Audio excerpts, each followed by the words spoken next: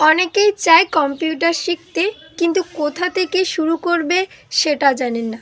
আপনি যদি একদম নতুন হন তাহলে এই ভিডিওটা আপনার জন্য। হ্যালো সবাইকে, আমি গীতা। প্রথমেই বলি আমরা কম্পিউটার কেন শিখব। আজকাল পড়াশুনো, চাকরি, অফিস বা ছোট কাজে সব জায়গাতেই কিন্তু কম্পিউটারের দরকার। কিন্তু অনেকেই ভাবে আমি তো পারবো না, আমি অনেক পিছিয়ে গেছি। আসলে কম্পিউটার শেখার কোনো বয়স হয় না, শুধু দরকার সঠিকভাবে শুরু করা। ইতিমধ্যেই আমি শিখিয়েছি কম্পিউটার কিভাবে চালু ও বন্ধ করতে হয়, মাউস কিভাবে ধরতে হয়, ফোল্ডার ও ফাইল কি, ডেস্কটপ কি, এবং এরপরে ওয়ার্ড, এক্সেল, পাওয়ার পয়েন্ট সব কিছুই শেখাবো ধীরে ধীরে।